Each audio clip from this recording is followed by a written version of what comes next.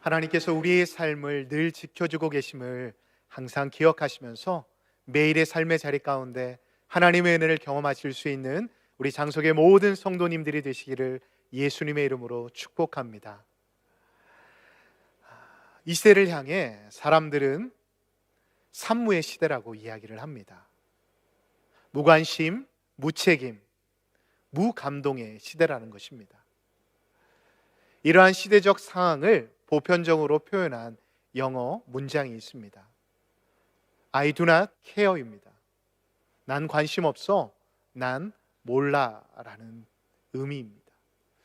사춘기 시기를 지나가고 있는 자녀들을 양육하시는 부모님들은 한 번쯤은 경험해 보셨을 것입니다. 자라나는 자녀들에 대한 관심으로 인해 자녀들에게 무엇을 물어보시면 하나같이 자녀들로부터 오는 반응은 잘 몰라요 이실 것입니다. 그런데 이러한 반응은 포스트 모더니즘을 살아가고 있는 현대인들의 보편적인 반응이라고 합니다. 저는 오늘의 말씀을 묵상하면서 한번 생각해 보았습니다. 포스트 모더니즘 시대를 살아가고 있고 또한 코로나로 인해 팍팍한 시간을 보내고 있는 이때 우리 그리스도인들만큼은 산무가 아닌 삼류, 관심과 책임과 감동을 주는 삶을 살아가면 어떨까 말입니다. 작은 일에도 이웃에게 관심을, 또한 사회에 책임 있는 행동을 통해 감동을 주게 되면 이 팍팍한 시기에 우리 그리스도인들로 인해 이 세상이 좀 더 살맛 나는 세상, 살기 좋은 세상이 되지 않을까 생각해 보았습니다. 오늘 본문의 말씀을 보면 예수님께서 유대인의 냉대와 또한 사역의 가중으로 인해 힘들어 하실 때 한 사람을 통해 감동받으신 사건을 기록하고 있습니다. 얼마나 이 사람을 통해 감동을 받으셨는지 예수님께서는 오늘 본문 9절의 말씀을 통해 이렇게 말씀하고 계십니다. 예수께서 들으시고 그를 놀랍게 여겨 돌이키사 따르는 무리에게 이르시되 내가 너희에게 이르노니 이스라엘 중에서도 이만한 믿음은 만나보지 못하였노라 하시더라. 도대체 이 이방인의 믿음의 정체가 무엇이기에 예수님께서는 이렇게 반응하셨을까요? 누가복음에서 이 믿음이라는 단어는 첫 번째로 누가복음 5장 20절에 기록이 되어 있습니다. 중풍병자를 4명의 친구들이 함께 들고 예수님께 나올 때였습니다. 또 한 본문은 바로 오늘의 본문의 말씀입니다.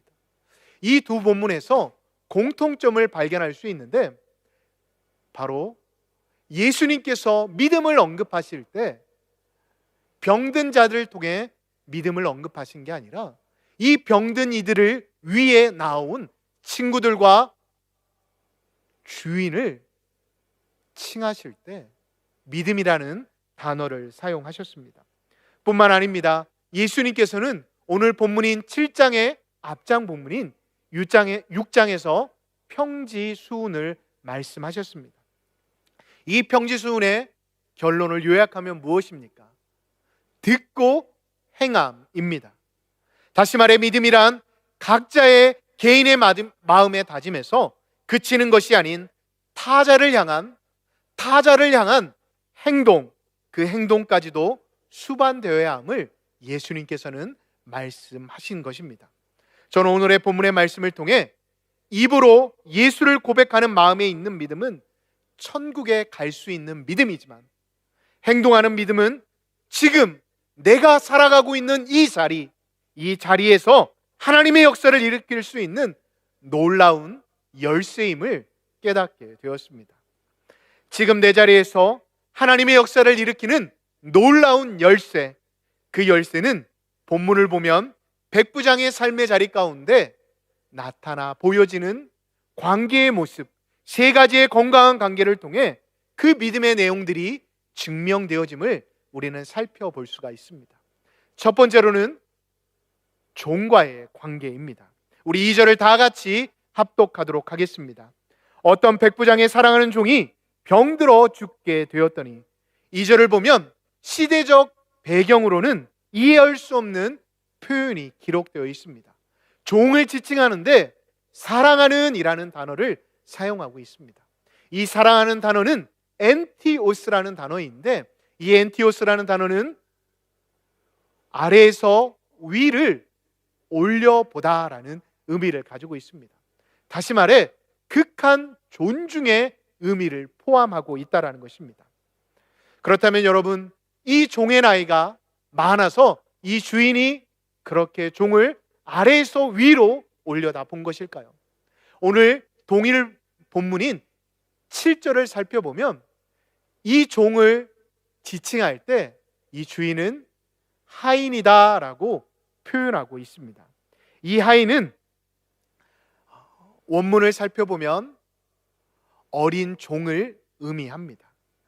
다시 말해 백부장은 왜 나이도 어린 이 종과 이런 사랑하는 관계에 있을 수 있었을까요? 백부장은 알았던 것 같습니다. 세상을 바꿀 수 있는 권력,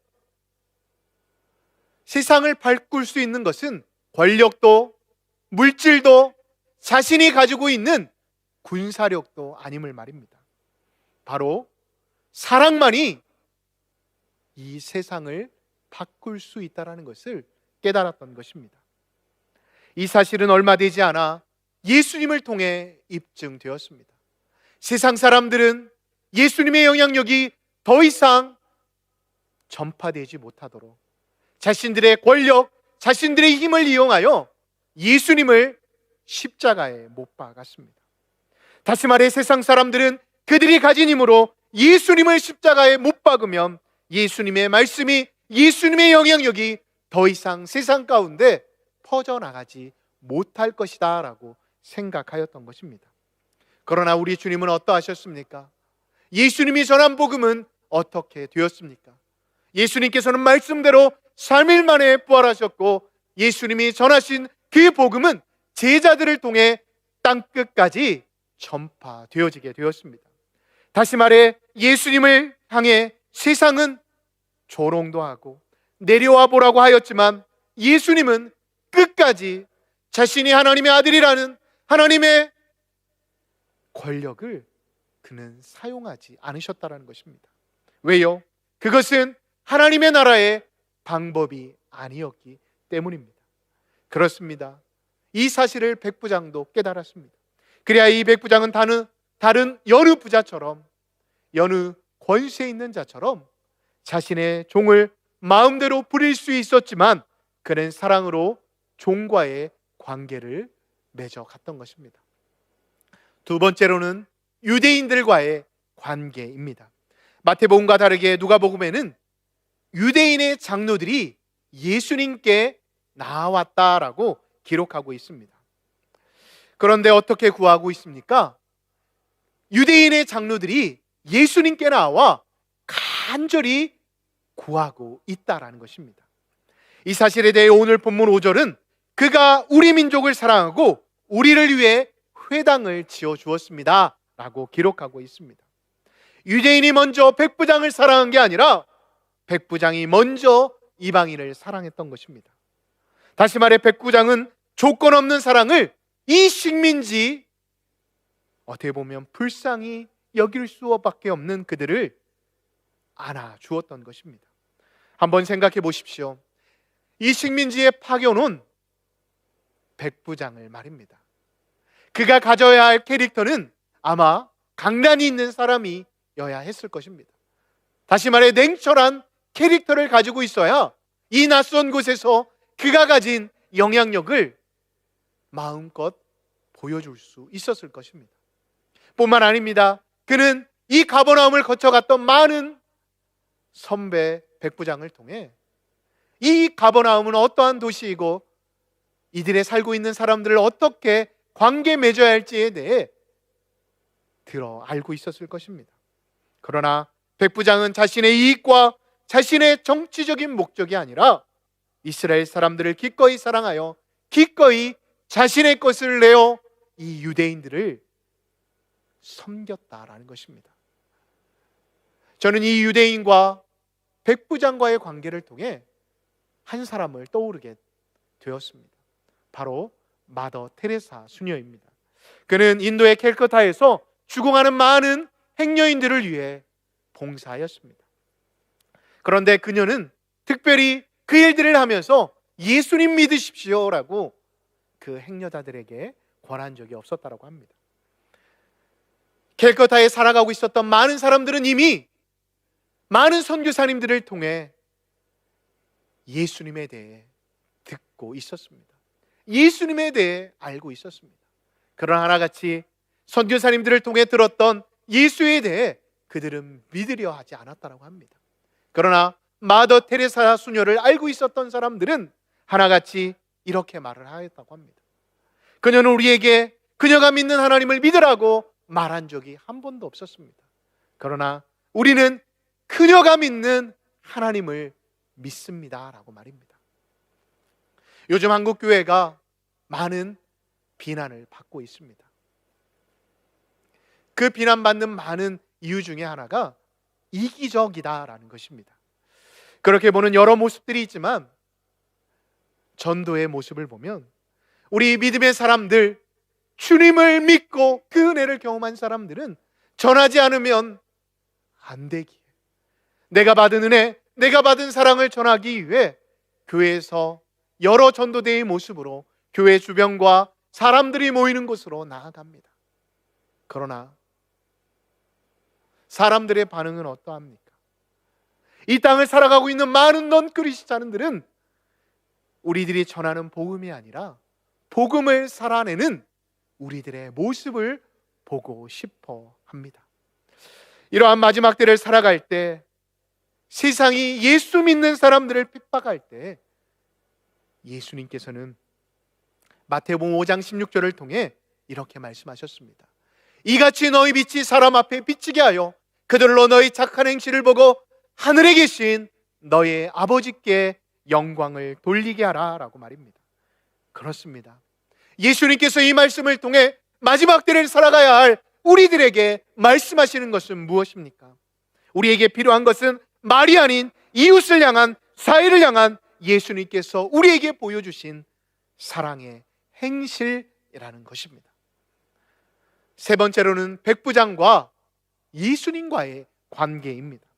6절의 말씀을 보면 예수님께서는 장로들의 말씀을 들으시고 백부장의 집에 가고 계셨습니다.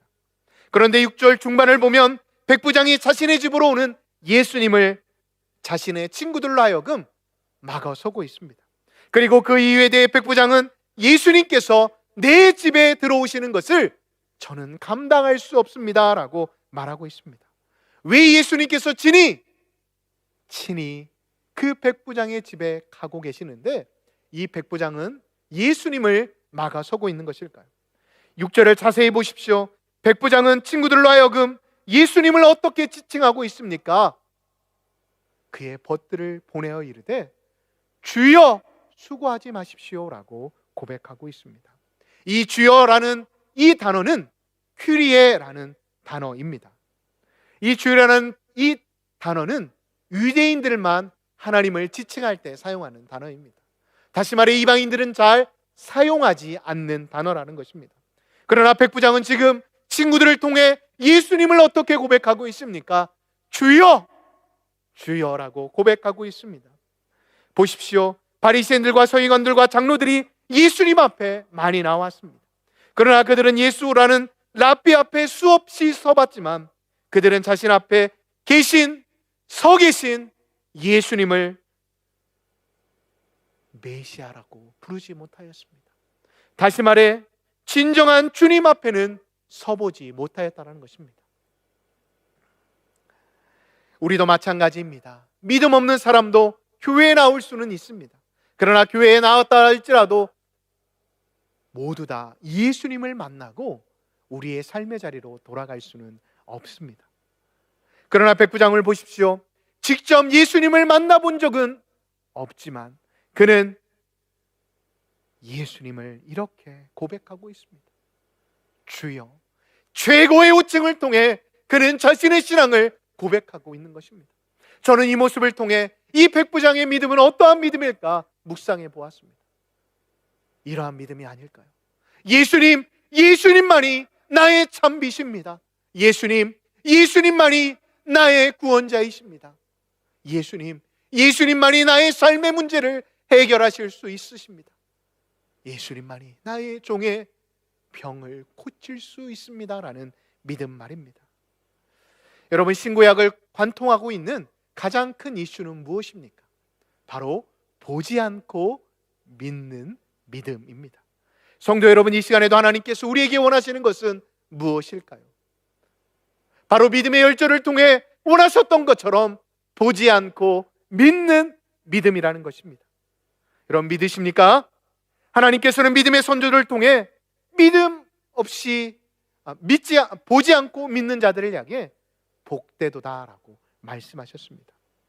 보지 않고 믿는 그 믿음이 이 시간 예배를 드리시는 모든 장석의 성도님들 가운데 있으시기를 축복합니다.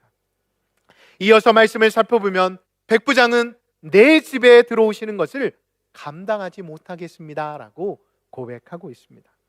다시 말해 합당하지 않다라는 것입니다. 그런데 보십시오. 우리 4절을 보시면 유대인의 장로들이 예수님께 나와 이방인의 종을 고쳐주신 것이 어떻다라고 말하고 있습니까? 합당합니다라고 말하고 있습니다. 유대인의 장로들은 이방인을 향해 합당하다라고 하는데 이방인은 왜 스스로 합당하지 못하다라고 말하고 있는 것일까요? 백부장과 장로들이 생각하는 합당의 개념이 다르기 때문입니다. 누가복음의 저자는 왜 평지수훈의 뒤를 이어 이 백부장의 사건을 기록하고 있는 것일까 생각해 보았습니다. 그 이유는 평지수훈의 모델은 바로 제자도 아니고 유대인의 장로들도 아닌 이방인, 바로 이 이스라엘 백성들이 적으로 생각하는, 원수로 생각하는 이 백부장이 모델이었기 때문입니다. 그렇습니다. 예수님 이전에도 수많은 사람들이 주여 주여 하면서 얼마나 많이 선지자 노릇했고 주의 이름으로 병을 고쳤습니까? 그러나 이들이 입술로는 고백했지만 그들의 삶의 자리에서 삶으로는 그들의 믿음을 드러내지 못하였습니다. 그러나 백부장을 보십시오. 그들은 주여 주여를 그의 삶의 자리에서 그가 만나는 사람들과의 관계를 통해 그의 믿음을, 그의 신앙의 고백을 드러냈던 것입니다. 성도 여러분, 지금 여러분들에게 합당의 개념은 무엇입니까? 우리는 신앙생활을 하면서 내가 합당하다라고 생각하는 그 이유가 혹시 내가 주일 예배를 잘 드려서, 내가 하나님의 것을 하나님의 것으로 구별하여 드려서, 내가 이 교회에 오래 다녔기에 나는 합당하다라고 생각하고 계시지는 않으십니까? 백부장은 이 모든 것을 다 행하였습니다. 그러나 그는 어떻게 고백하고 있습니까? 예수님, 주여 저는 합당하지 못합니다라고 고백하고 있습니다. 저는 이 모습을 통해 우리 역시 하나님을 감동시키는 자가 되기 위해서는 지난 시간이 아닌 바로 오늘 내가 하나님을 위해 살아야 하고, 오늘 이후에도 내가 하나님을 위해 위대한 업적, 하나님을 위해 큰 일을 행한다 할지라도 순간순간 하나님 앞에서 이 백부장과 같이 하나님, 저는 부족합니다. 저는 하나님이 붙잡아 주시지 않으면 나무 막대기와 같을 수밖에 없습니다라고 고백하는 믿음이, 그런 신앙의 자세가 우리 가운데 있어야 하지 않을까 생각해 보았습니다. 이어서 말씀을 살펴보겠습니다. 7절을 보면 이렇게 번역할 수가 있습니다. 주여, 나는 당신에게 나갈 자신이 없습니다. 여러분, 이 마음을 가진 자들에게 어떻게 하나님이 감동하지 않으실까요?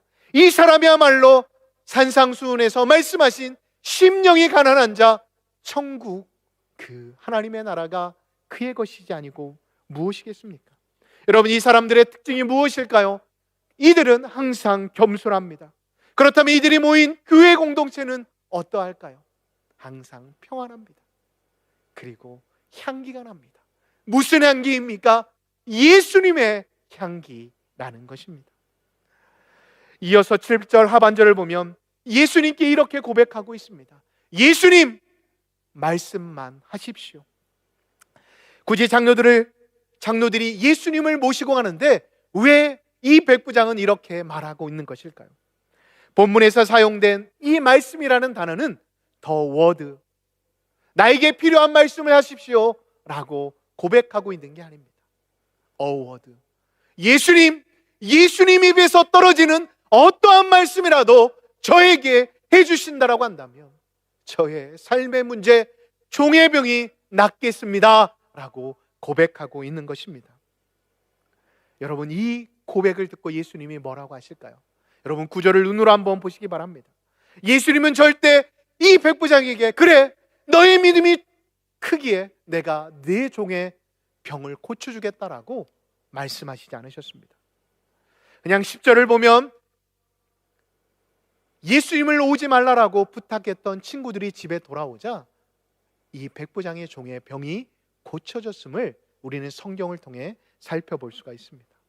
예수님께서 이만한 믿음이라고 칭찬하신 믿음은 예수님, 당신의 어떠한 말씀이라도 나에게 주어지게 된다라고 한다면 내 삶의 문제 크게 해결되어진다라는 믿음입니다.